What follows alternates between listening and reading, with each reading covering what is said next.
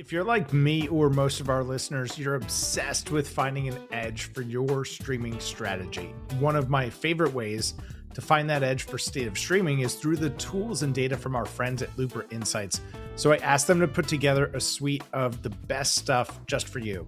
You can get it. Visit mystreamingvalue.com to compare the value of CTV home screens, which space is worth the most, what makes Roku so valuable that Fox is willing to pay $22 billion for it.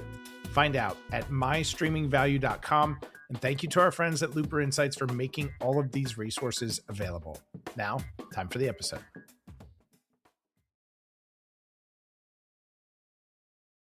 What if a creator's audience could be measured, valued, and financed just like any traditional cash flowing asset? Welcome back to the State of Streaming podcast. Today's guest is Josh Stein of Attention Capital. We discuss why capital markets continually misprice attention. We talk about what makes an audience actually durable and how underwriting these creator-driven businesses is providing a massive new runway for the creator economy. And wherever you're listening, make sure to subscribe to the podcast to keep leveling up your own media knowledge. Without further ado, on to today's episode.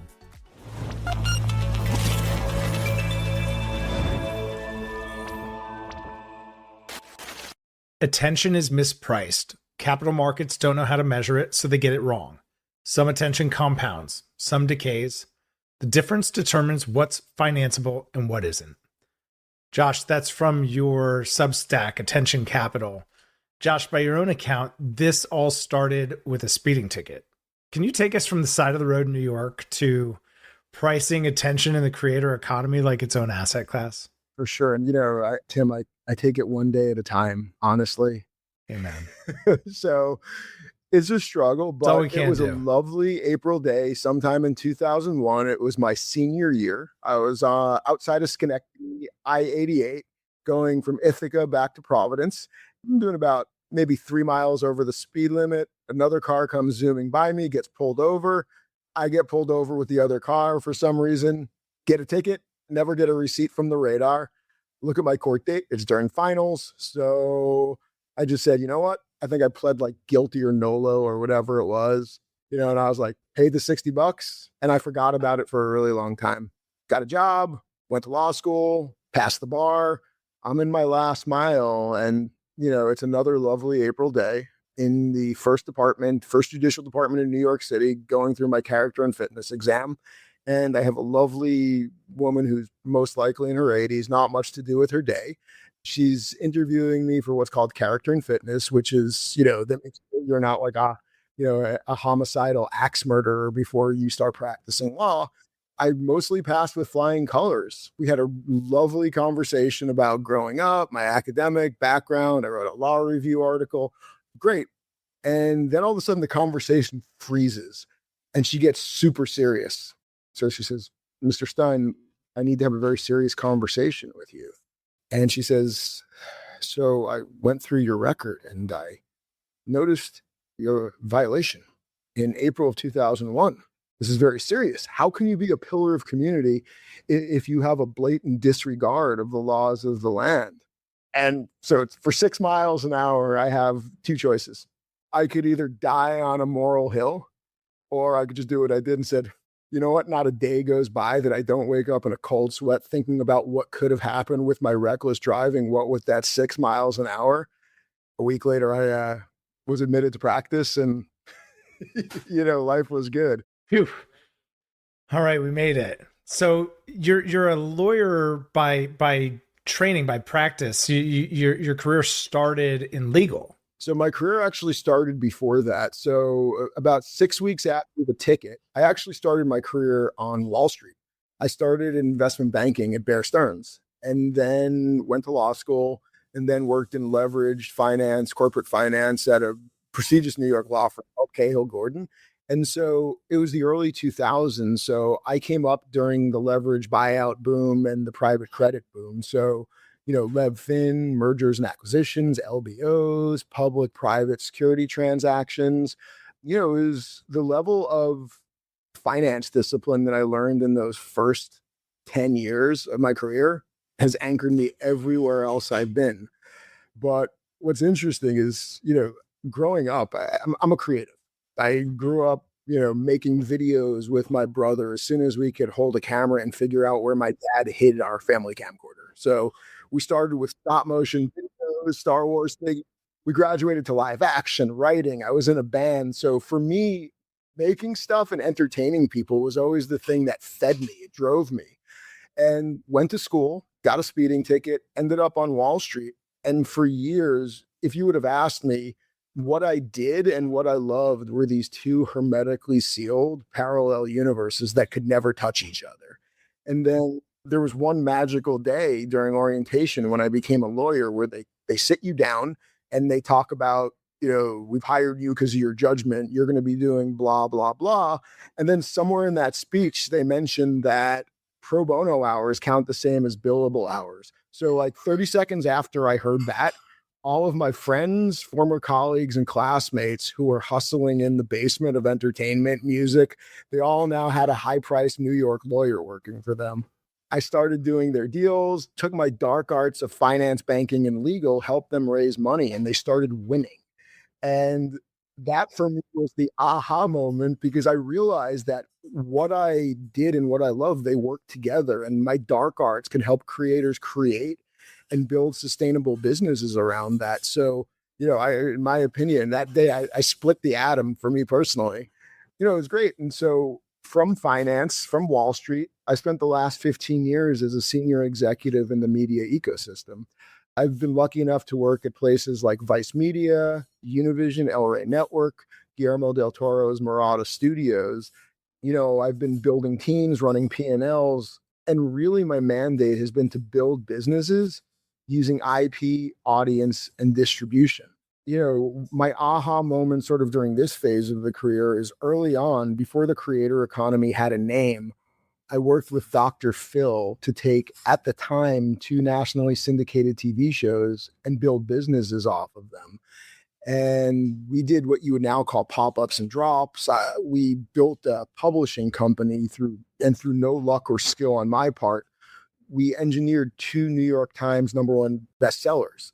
And so for me, that was the seminal moment, because I realized, and this is like maybe 2013, I realized that the power of a durable audience and how you can build businesses off of that. And so you put all of these experiences together. And for me, I realized really quickly that it's attention, it's audience. That's the thing that drives revenue, it drives margin, and it drives enterprise value.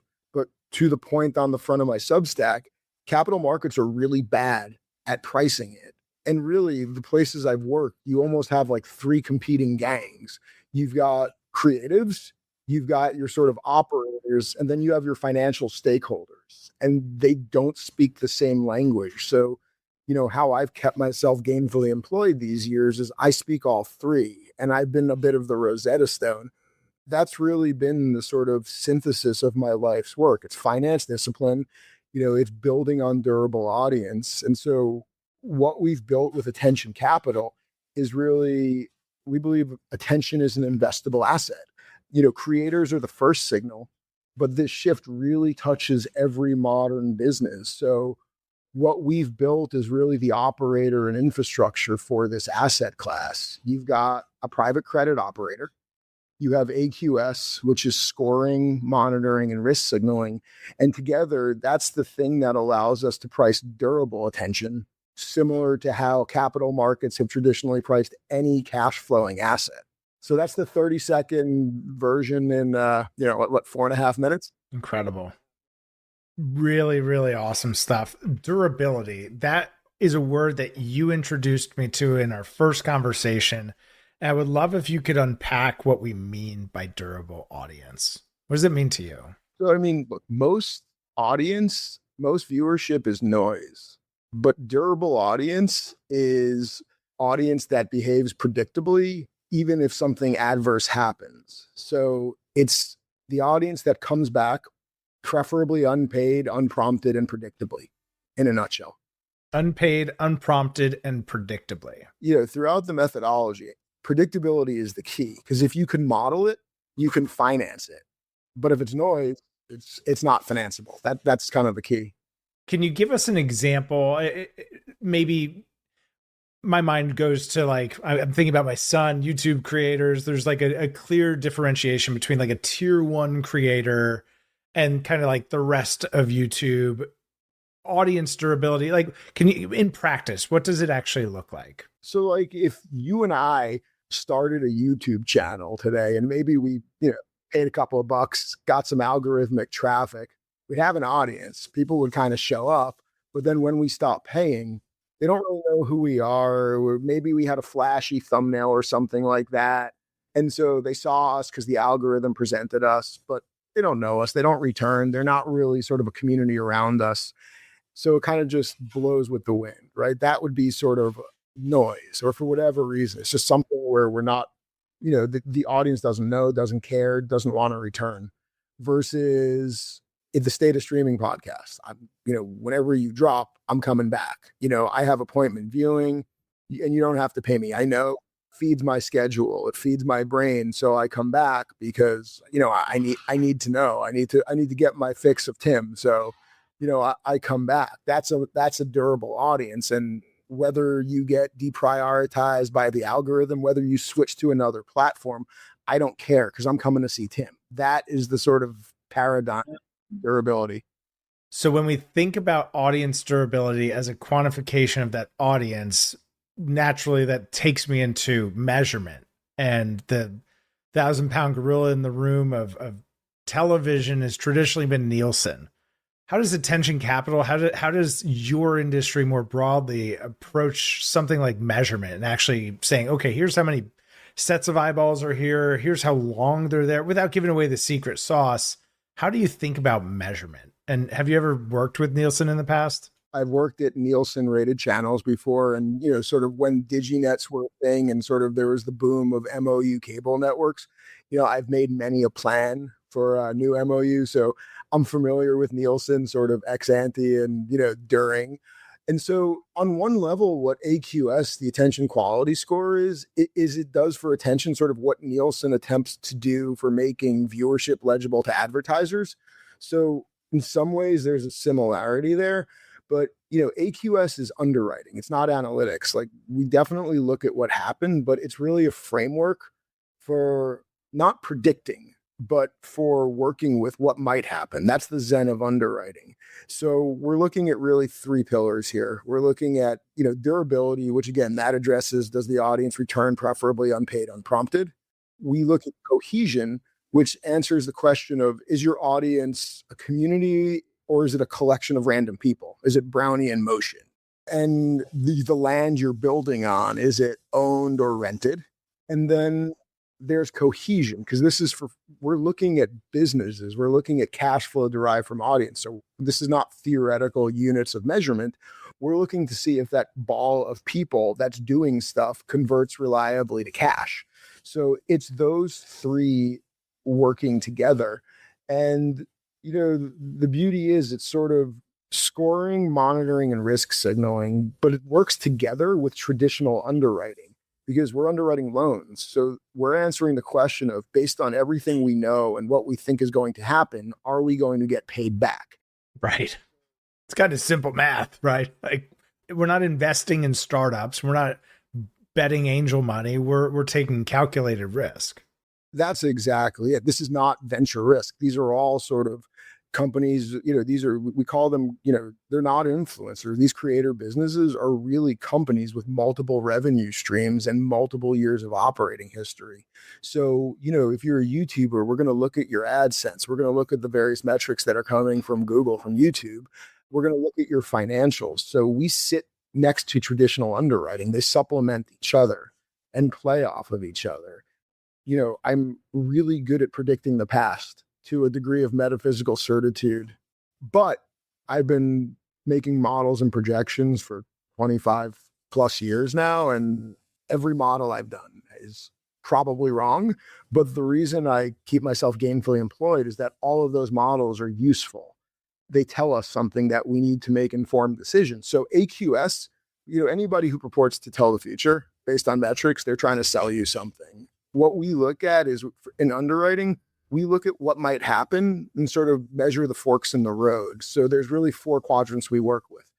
We look at sort of deterministic variables. We look at your stochastic variables. And then we look at each one qualitatively and quantitatively.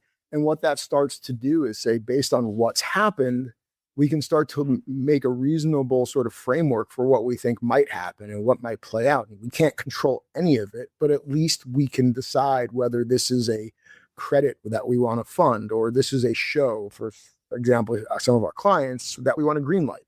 And so it's that 4 quadrant framework that really sets it apart and really lets it do its thing. What are some of the things that the capital is used for? You shared some examples in previous conversations that we've had, but I'm curious if you can give the audience an idea of how are creators and the folks that you're financing, how are they using that capital? So, it's funny. It usually doesn't start as a capital conversation. It starts as a time conversation. It's someone we're talking on Monday that doesn't know what they're doing on Thursday because I'm a YouTuber who has to drop 4 assets this week. I have a brand deal with, sponsor X, and I'm like 3/4 behind. They're paying me a lot of money. So I need to figure out my creative and my content cadence so that I can feed that beast. But I have this massive audience. I keep posting to earn. I'm on a bit of a hamster wheel. But what I really want to do is take that audience and do something that gives me 20 hours back in my week, where I can use that to make money while I sleep or what have you. So that's where we start out. It's, hey, I'm a YouTuber. I've got a great audience. I do X, and I really want to start a podcast. I really want to start a studio. I want to start a candy company, merch, hoodies, you name it. And so we start with, what is that machine? Who do you have now? What do you need? And then finally, we arrive at the cash need. And the conversation sort of focuses around a couple of things. I'm dealing with businesses that have been quite successful for 3 to 5 years. And so they're looking for growth capital to create that hoodie company. But there's also a really important thing that needs to be done on sort of the back office side, and that's professionalizing the org. Because, there's one type of valuation for Tim Rowe, who does 5 to 12 different things at once. And then there's Tim Rowe's company that is a holding company that has a proper spine and a back office that happens to be engaged in 12 different lines of business. That's a very different exit multiple and a very different sort of valuation methodology. And quite frankly, it also runs better too. So the 2 main sources are always growth capital to get into that, call it 3rd line, 4th line of business. And then it's the professionalization around that. Because again, you've got your team, you're doing something, but you're going to need real operators to sort of scale and expand. Josh, I've got 3 other topics that I'd love to get to with you today. For sure. Sovereign wealth funds, what they're doing differently, the WWE, and YouTube. All right. Do you have a preference in which order? Does one of those excite you most? I would say my takeaway on sovereign wealth funds, there's a lot to it, but the real takeaway with sovereign wealth funds is sort of just its instrument and sort of strategy. That's what I would get into on that one. WWE is the most interesting one. And then what was the third one? YouTube owned and operated. You've written recently about YouTube and what they're doing. Let's spend some time though. Your thoughts on WWE, I think, will resonate, especially with our audience. What's the WWE doing that's so interesting? I love what TKO is doing because they quit trying to be a streaming service. They quit trying to be Netflix and just sort of own their amazing, they own what they're best at. And just monetized it 4 ways, which, again, I'm curious to see how over time it plays out with the audience, with the end user. But at least thus far, I was quite impressed by it. Building and maintaining a streaming service, a platform, it's a thirsty master.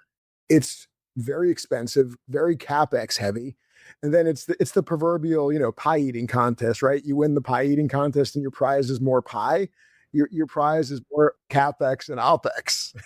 And so, just what they've done recently is just they've solved that problem for themselves. And by the way, they've gotten also out of having to also maintain a strong customer service org. Because if you have a very global, very visible brand, and if you get disgruntled customers, there is no better way to goose your churn in the worst possible way. So to sort of get out of the churn game, get out of the customer service game and just produce awesome events and then just split it and solve problems for 4 different constituencies, 4 different other services, I think was brilliant. So it simplifies their business. In the sort of the last 12 months, they've made about $2 billion doing it, I think fairly comfortable margins, but they're solving problems for Netflix. You're giving Netflix appointment viewings. You're giving NBCU basically cord cutter repellent. ESPN gets anchor events.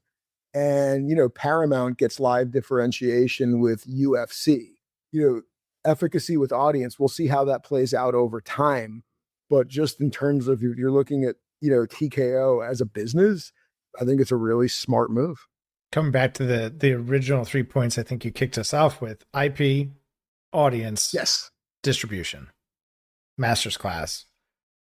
You mentioned Paramount there. Do you think this deal closes? Yeah. Got dog in the fight?